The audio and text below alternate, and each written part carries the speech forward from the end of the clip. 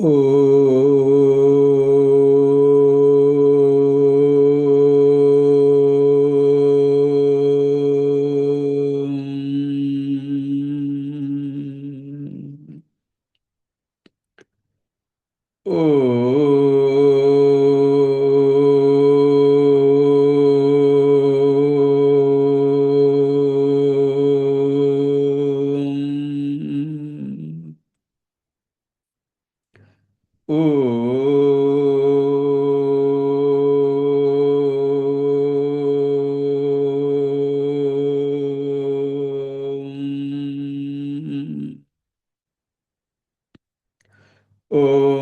Shri Ganeshaya Namaha. Om Shri Saraswatyai Namaha. Om Shri Gurubhyo Namaha. Sada Shiva Samarambham Shankaracharya Madhyamam Asmadacharya Paryantam Vande Guru Paramparam Shruti Smriti Purananam Alayam Karunalayam Namami Bhagavatpada Shankaram Lokashankaram Shankaram Shankaracharyam Keshavam Badharayanam Sutrabhashya Kritav Vande Bhagavantav Punah Punah Samasta Jana Kalyane Niratam Karunamayam Namami Chinmayam Devam Sadgurum Brahmavidvaram Sadgurum Brahmavidvaram Om Sahana Bhavatu Sahana Bhunaktu Sahaviryam Karavavahai Tejasvinavaditamastu ma Vishavahai. Om Shanti Shanti Shanti.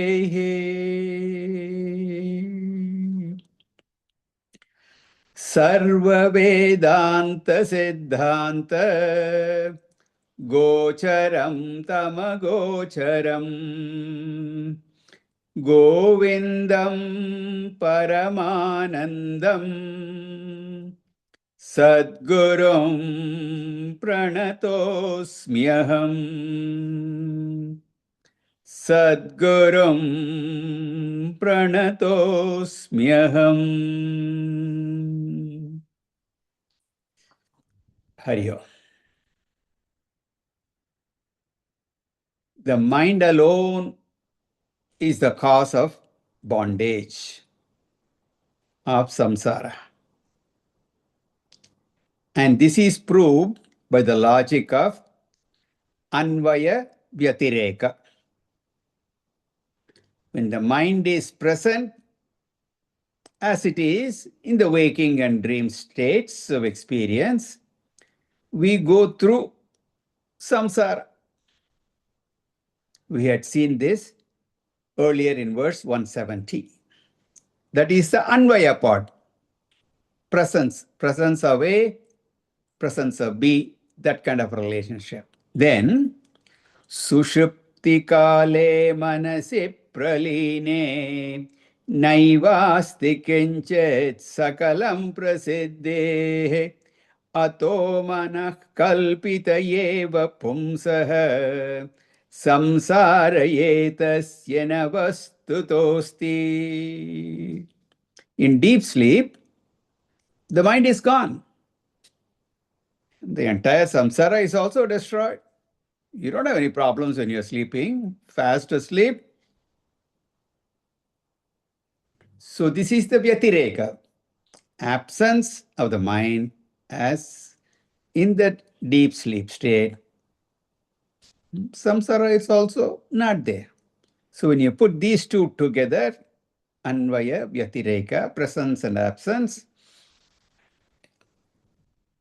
Sometimes it is called as invariable concomitance. So that proves that it is the mind which is associated with this samsara.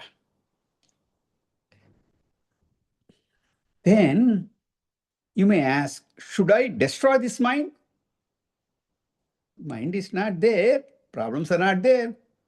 So get rid of the mind. No. So it is said, and we saw in verse 172, Vayuna aniyate megah punastenaiva niyate manasa kalpyate bandhah mokshastenaiva kalpyate. No, you should not destroy the mind, because you should remember, mind, yes, it is the cause of samsara, but the very same mind is the cause of liberation also. So you need the mind. You have to retain the mind. You have to handle it properly, carefully, and use it for liberation. And to convey this idea, he gave an example. The wind which blows and brings the clouds to cover the sun, it is the same wind that is responsible for moving the clouds away from the sun to reveal the light. So you have to deal with it. It's a mind. You have to handle it properly. That's all.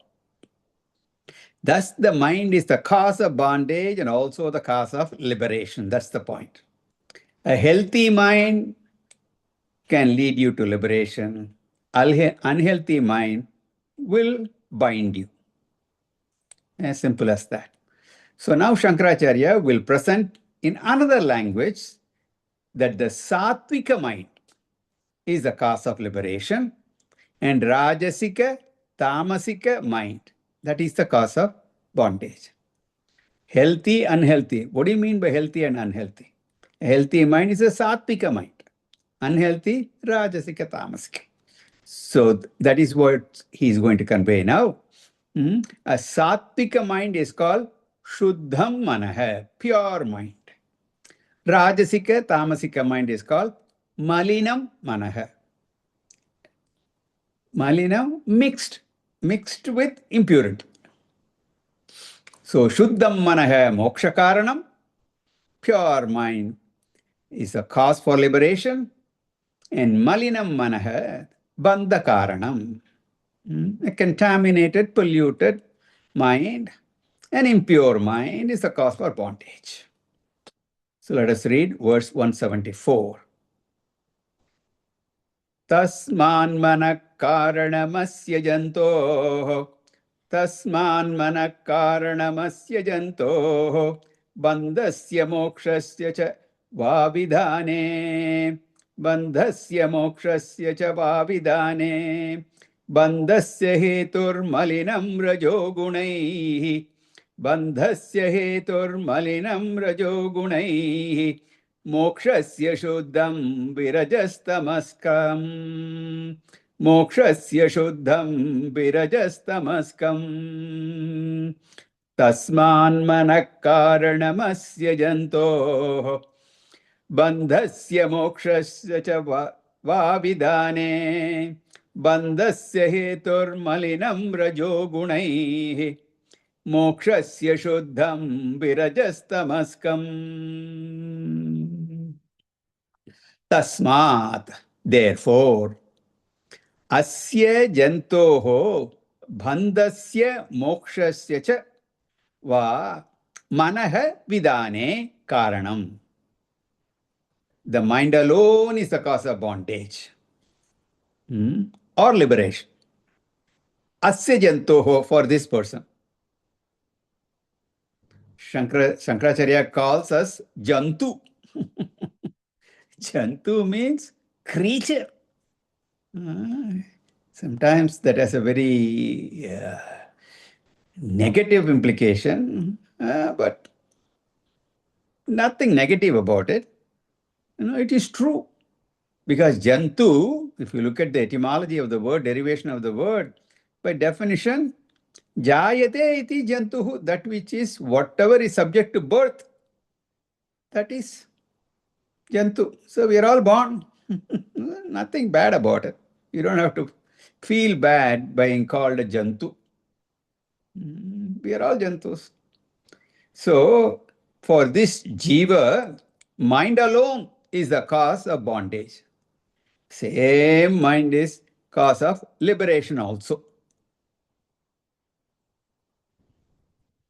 He says, Malinam manaha bandhasya hetuhu. The impure mind is the cause of bondage. The impurity, malinam rajogunaihi. The impurity is only the rajoguna. So we are not talking about when we say impure mind. Don't take it as a filthy, dirty mind, vulgar thoughts, not like that. That is also impure only, but that's not the only definition of impure. When we are talking about here, Rajoguna and at Tamoguna also. The Rajoguna stands for an extrovert nature. So the mind is always going out, very worldly thoughts are always filling that mind. The mind doesn't devote time for, noble thoughts, spiritual thoughts. So that is what it is. That Rajoguna is dominant in that personality of that person. So the Rajoguna and Tamoguna, these are the problem. The Rajoguna, as I said, is extroverted. Tamoguna, dullness. So our mind has these two problems. Either it is wandering, going here and there everywhere, or it is sleeping. These are the only two things that our mind knows. So even when you sit down for meditation, these are the two obstacles in meditation. Two main obstacles. Couple more are there, discussed elsewhere. But mainly when you sit for meditation and you are trying to focus your mind, the mind has a mind of its own. It wants to go everywhere, wandering mind. That is brought about by Rajoguna. And then many people, quite a few, especially when they start, they complain. When I sit for meditation, I just doze off, go to sleep. Because our mind only knows these two things. Either it is very active through Rajoguna, or when it is tired after running around, the mind wants some rest and it quietens down. At that time, the mind gets quieter and quieter and then it goes to sleep. So these are the two things that we are used to. So in meditation, with great effort, you are quietening the mind, and without thinking, it just goes to sleep. That's what happens. Those of you who have attended some guided meditation, you would have experienced this. Especially in all our Chinmaya mission camps and all that. Early in the morning, 6 o'clock, 6:30, 7, even before the first class, sometimes 5:30 also, they will have guided meditation. And poor souls, some of them come. They would have been nicely sleeping, but they've scheduled meditation. I want to be guided into meditation, so they come. And the instructor speaks in a very quiet voice. Close your eyes. Imagine you are and all that. He's setting up the mood. You also get into the mood and then starts. At least 3 or 4 people snoring away because the mind is quietened and they've gone back to sleep, which was disrupted. This happens. So these are the two problems. So what we need is really a non-sleeping, non-wandering mind, an alert mind. The mind should be alert, and yet it should not be running around into worldly things. That is what we call a sattvika mind. So the mind is impure with rajas and tamas. And such a mind is bandhasya hetuhu, cause for bondage. So a mind virajas tamaskam, without rajas and tamas, that is shuddham, that is pure. And that pure mind, mokshasya hetuhu, is the cause for liberation.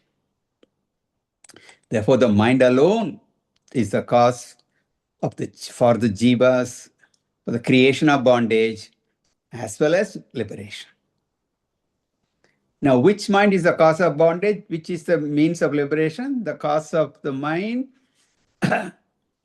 that creates impurity, that has impurity, creates bondage.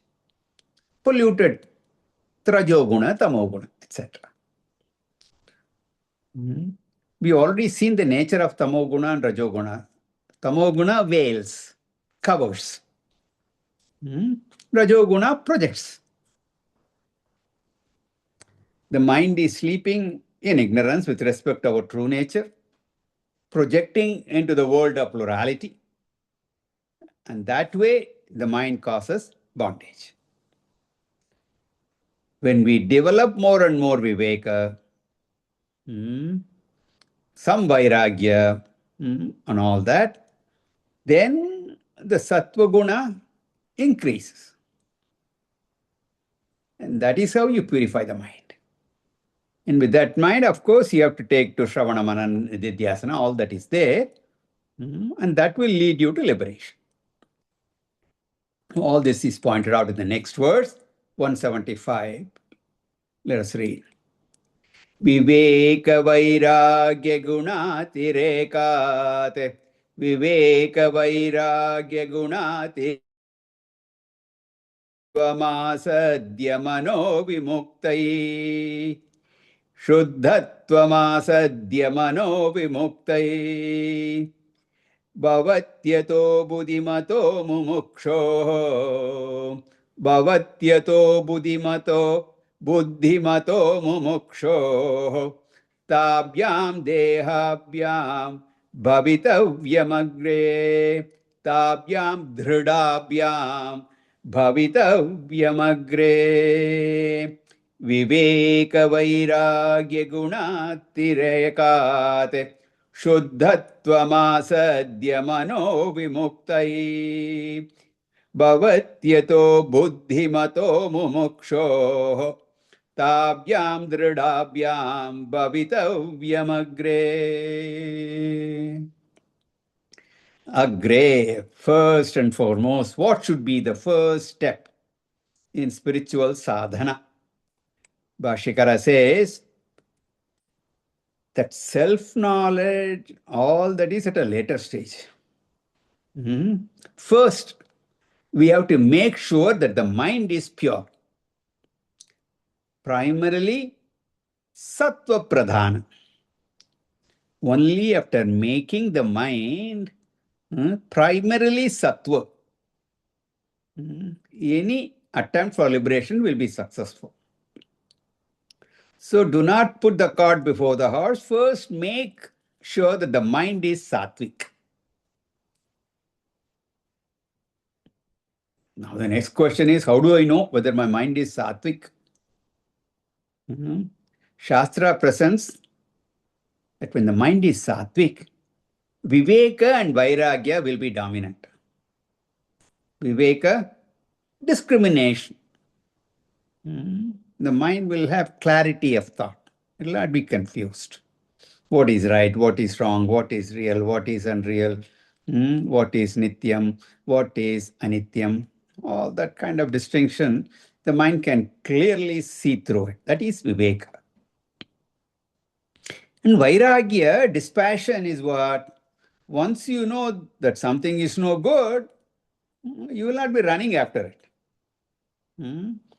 You have the ability to discriminate between real and unreal, and you won't be chasing what is unreal.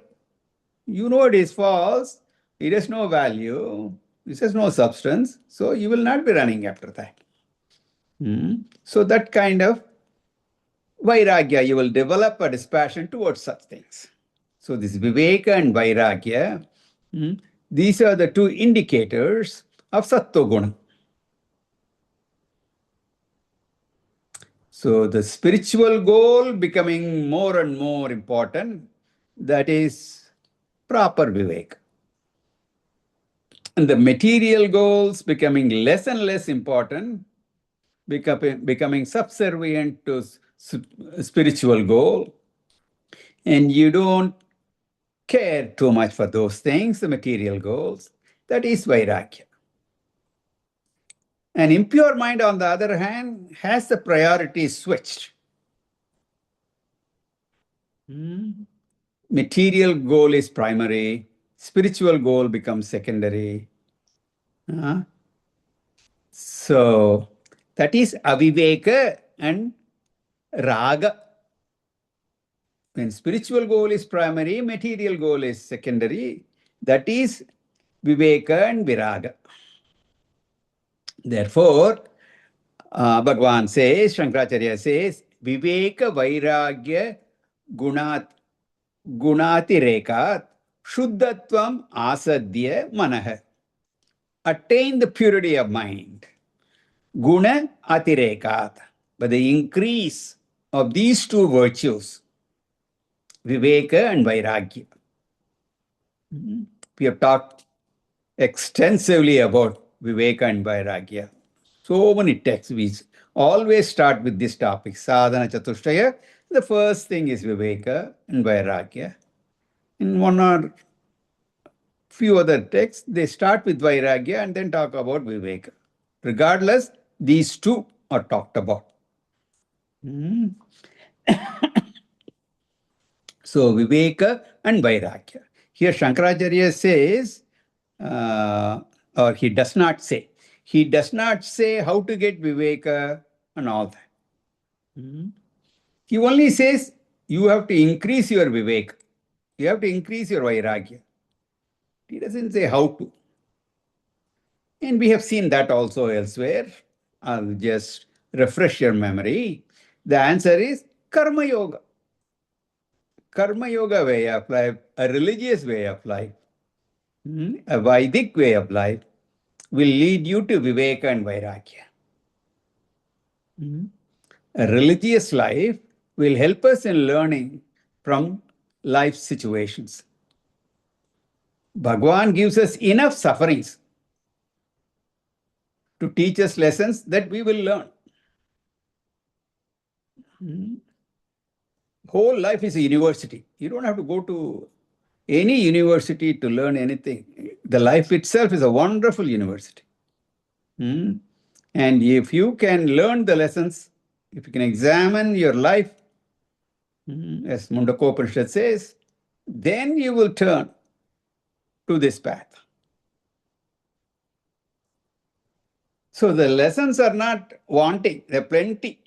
Our capacity to learn, that is what is necessary. A religious life will kindle our learning capacity. The one who leads such a Vedic life, the Vedas talk about all these things only, especially the earlier part of the Purva Bhaga. So when someone leads such a life, then the spiritual goal alone will become prominent in their lives. So, and Karma Yoga also, as we have seen elaborately at various times in different texts, Karma Yoga means that worship, all actions dedicated to God, that plays a important role. And then results, acceptance of results as prasada, that also involves. So with all that, you can develop that viveka and vairagya. The mind will attain purity by way of increasing viveka and vairagya. Then that mind, vimuktai bhavati, that mind is fit now for Vedanta vichar. It becomes eligible for liberation. It becomes eligible for jnana, jnana yogyata. And then with the pursuit of jnana marga, shravana manana nididhyasana, that will eventually lead you to liberation.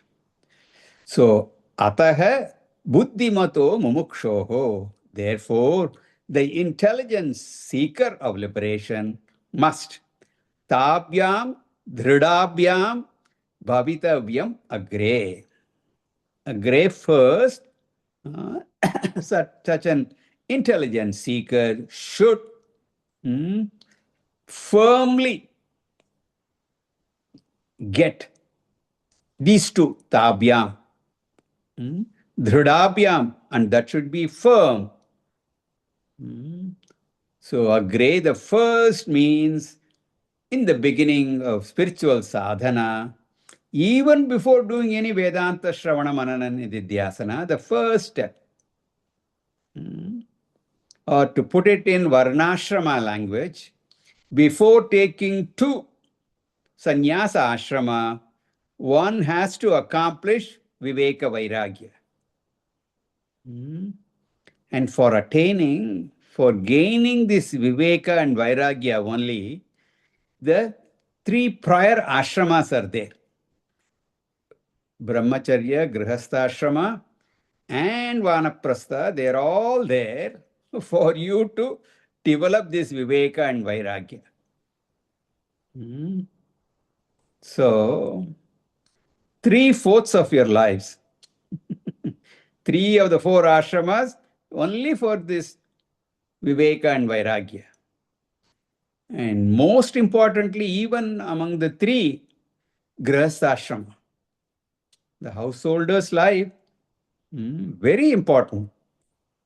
That is where, by proper living,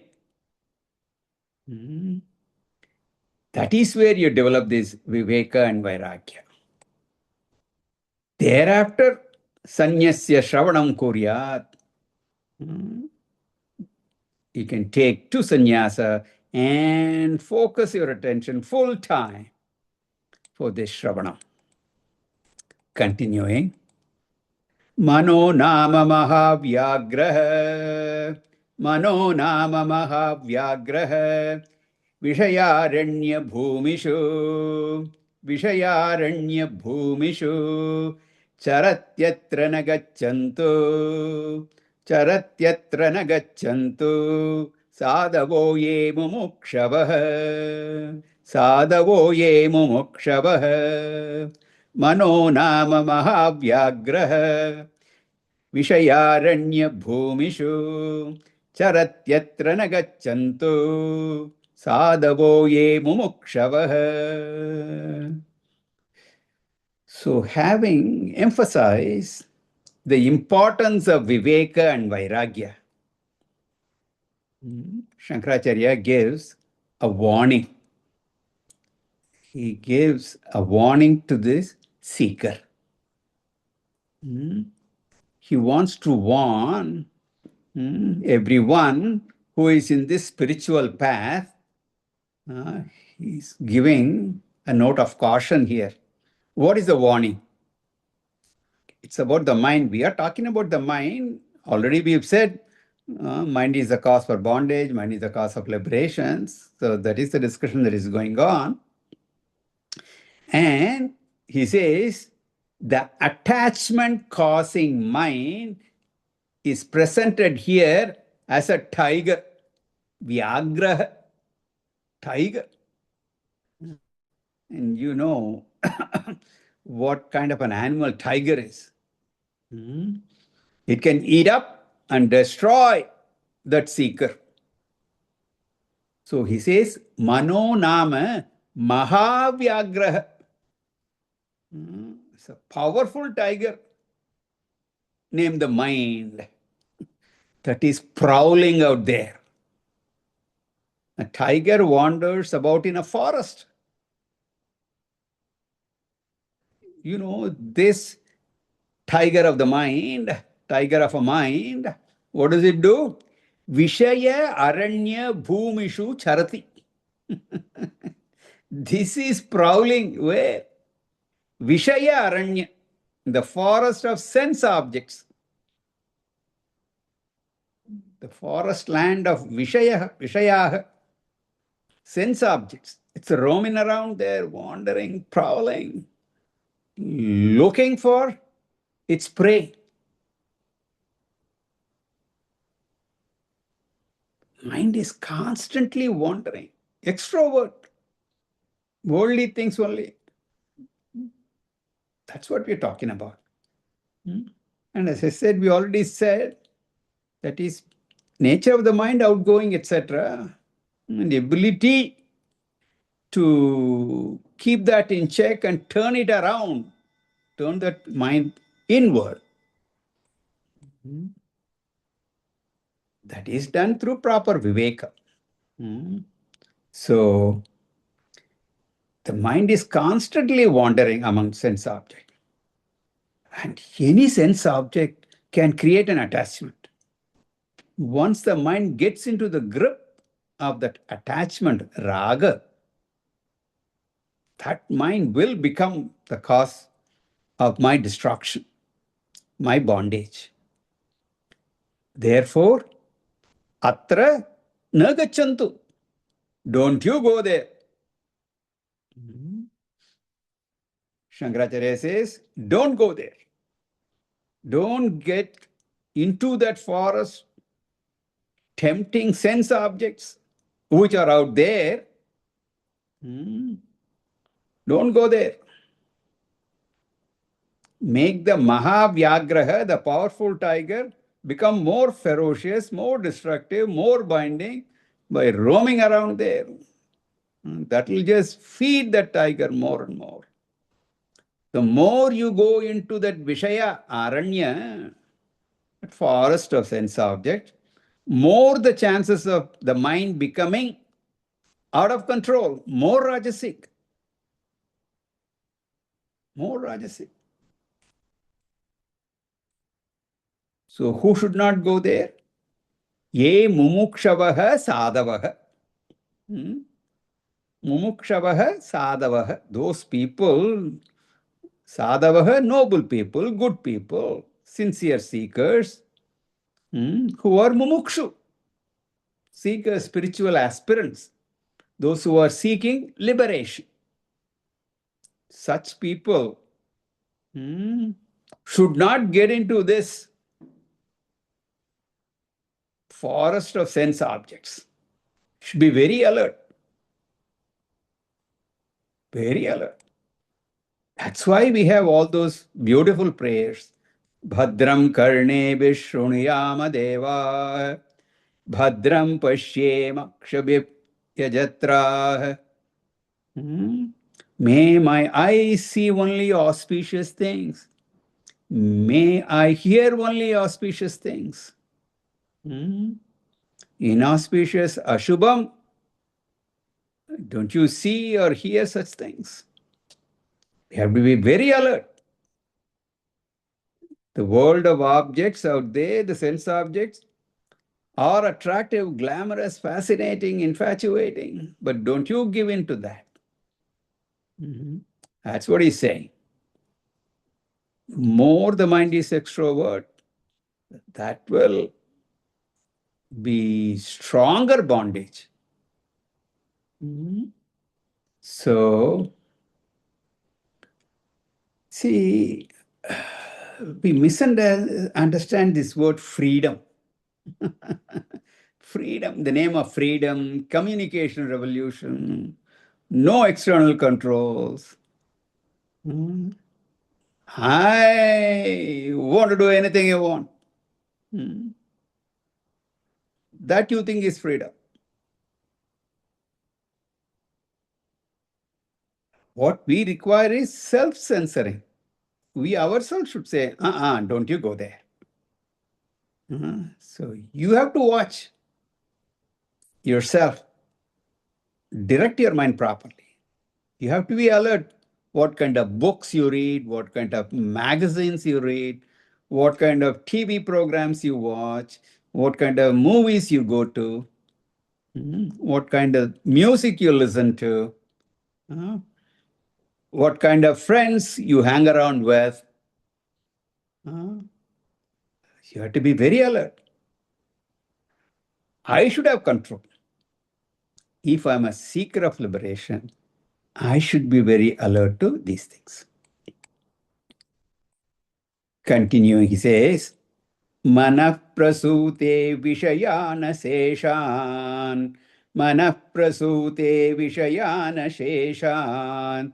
Sthulatmana sukshmataya cha bhoktuhu. Sthulatmana sukshmataya cha bhoktuhu. Sharira varnashrama jati vedat. Sharira varnashrama jati vedat. गुणक्रिया हेतुफलानि नित्यम् गुणक्रिया हेतुफलानि नित्यम् मनःप्रसूते विषयान् शेषान् स्थूलात्मना सूक्ष्मतया च भोक्तुः शरीरवर्णाश्रमजातिभेदात् गुणक्रिया हेतुफलानि नित्यम्. He says, one should be careful with the mind because the mind alone is responsible for bhoktru-bhogya relationship. Bhoktru, the enjoyer. Bhogya, the objects of enjoyment. That relationship. That is what we call samsara also. The creation by itself does not cause any bondage. Objects of the world, they are there. They are all what? We have seen it in Panchadashi. Iswara Shrishti. Same objects are there for everybody. So it is there. That is an inert thing. What can it do? That doesn't have any mind, cannot think. It is just there. All worldly objects are inert. What causes bondage? What causes samsara? Your jiva srishti is what is causing all that. Got to be careful there. So many things, so many events are taking place all over the world. Does all that cause you problems? We read in the newspaper, watch news on TV and online. Wars are going on, natural disasters are going on. And even that, we offer a few words of sympathy. I don't say it doesn't bother you. When you hear about it, read about it, bothers you a little bit. But then you have other things to take care of, and you go about doing. Suppose as you read the newspaper or you're watching the news as we're drinking coffee, you are more worried about whether the coffee or tea is hot enough rather than the terrible news. They may be reporting on some serious casualties, natural disaster and all that. And you take a sip of that coffee, and if it is not at the exact temperature you like it, immediately there will be a war brewing in your mind. What is this? Even after 20 years of marriage, you cannot give me a decent cup of coffee. This is what happens. Okay. So, why? Attachment, mind is attached to these things. Can we do? Hmm? Creation as it is Ishvara Srishti. It is not cause for a bondage. You create such a relationship. Uh, that poor cup of coffee doesn't care whether you like it or not. It's doing its dharma. But we have so much attachment to it. Everything has to be just the way it should be. That's the way I like it. That's a problem. Mhm. So, Jiva Srishti is the Bhogyam. Mhm. The Padartha, that object is just an object, any object. We go on looking at it, we think that it is good. It's nice, it's beautiful, it's wonderful if I had it. Hmm. We've seen all this. Dhyayato Vishayan Pumsaha, second chapter of the Gita, verse 62. Man broods over object, therefore forms a relationship with it, then gets into trouble. All that conversion is caused by the mind. A Jivan Mukta, liberated while living, that jnani, is one for whom the whole world is a padartha. The world disappears for him. Not really. Okay. He is seeing the same things. But he sees them all as false. A samsari converts the whole world into bhogya vishaya, an object for enjoyment, pleasure. Creates all this relationship. Bhogyam means not even enjoyment, but an object of attachment, or object of hatred. Both are capable of disturbing the mind. The world is one. Objects are there, but we split that world into two. Things that I like and things that I hate. People I like and people I just can't stand. People are people, objects are objects. Unfortunately, the objects that I like run away from me. The objects that I don't like come chasing after me. People I like, they run away from me. People I can't stand, they just come, I don't know from where. This is what happens. This is samsara. Hmm? But the mind creates all this samsara by producing bhogya vastu out of vishaya, out of padartha. Those poor objects, they're just there. How does it bind me? Through attachment. If I have an attachment to that object, when it goes away, it creates sorrow. First of all, so much of trouble acquiring that object. That also involves a lot of trouble for us. You have to put forth effort to get it. Once you get it, for a little while you're happy, and then palam ashashvatam. It's not going to be there with you all the time.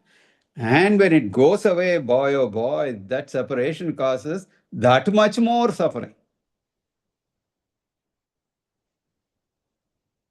And the other thing also, if I don't like something, that comes and grabs me, that causes sorrow. So many ways.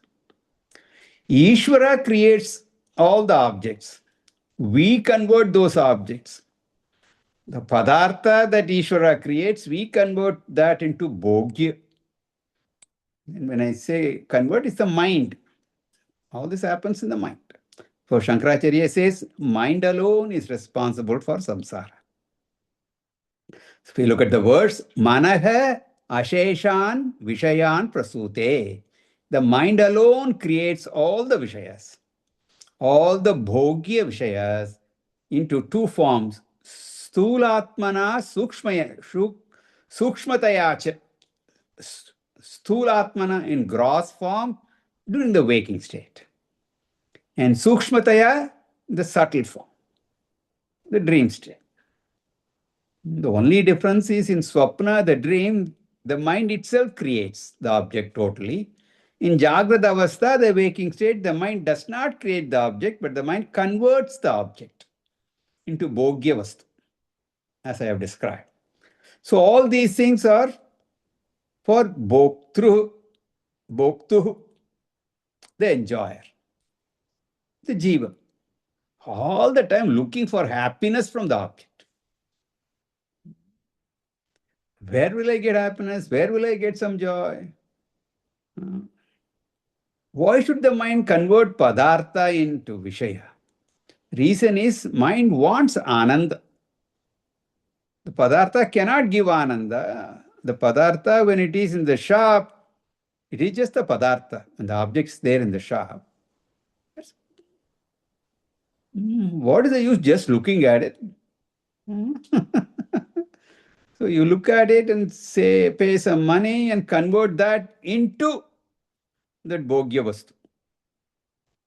Then only it can give you Ananda. For the sake of Ananda, you convert that Padartha into Vishaya. Tragedy is, instead of producing Ananda, it is responsible for your samsara. What happens in the case of a jnani? If he keeps the whole world as Padartha, then from where does he get his Ananda? All of us are looking for that happiness only. A jnani has a different source of Ananda. That is why he is a jnani. And where is that? Again, you studied all this in the second chapter of the Bhagavad Gita, Sthita Prajna Lakshana. Atmani eva atmana tushtaha. His source of joy is the self. And that alone.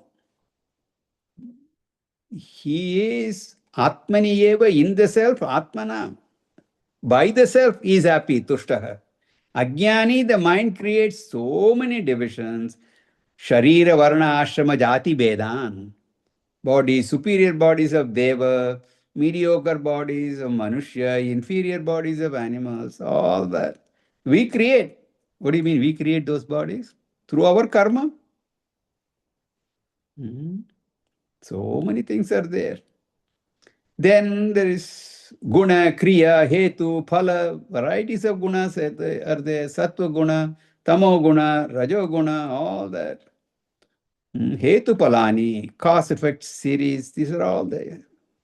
So Shastra says, Brahmanir nirguna, karya karana vilakshana, beyond all cause and effect. There is only one which is neither cause nor effect, that is Brahman. In Mandukya Karika, Gaudapadacharya says, Yavat hetu palavesha samsara tavad ayatah kshine hetu palaveshe samsaram na prapadyate. Seeing the cause-effect series is samsara.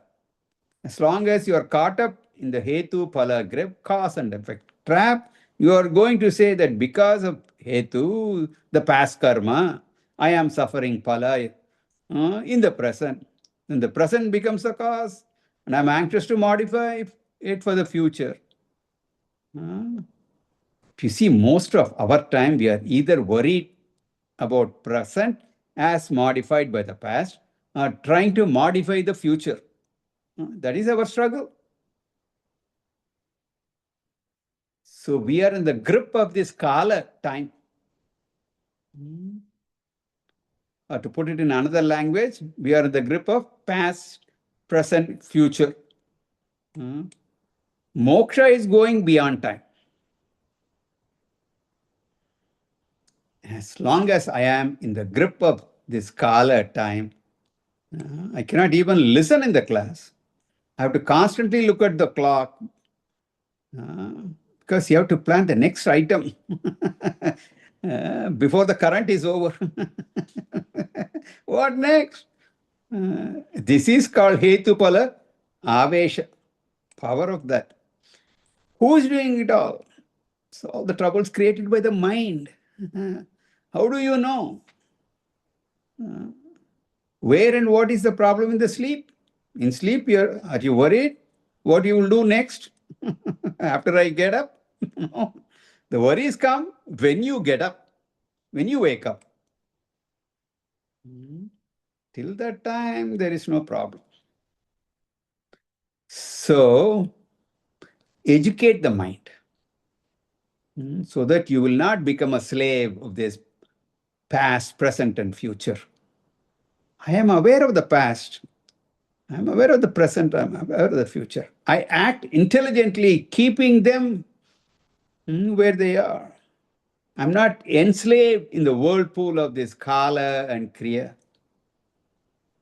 If you get into this whirlpool of activities, very difficult to get out. The mind creates all of them. So, mind your mind. The ignorant mind creates all these problems. Do not destroy the mind. Convert the ignorant mind into a wise mind. Om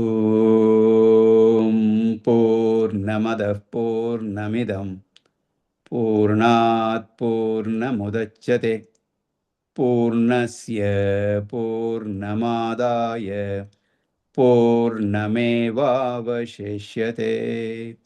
Om Shanti Shanti Shanti Hari Om Shri Gurubhyo Namaha Hari Om.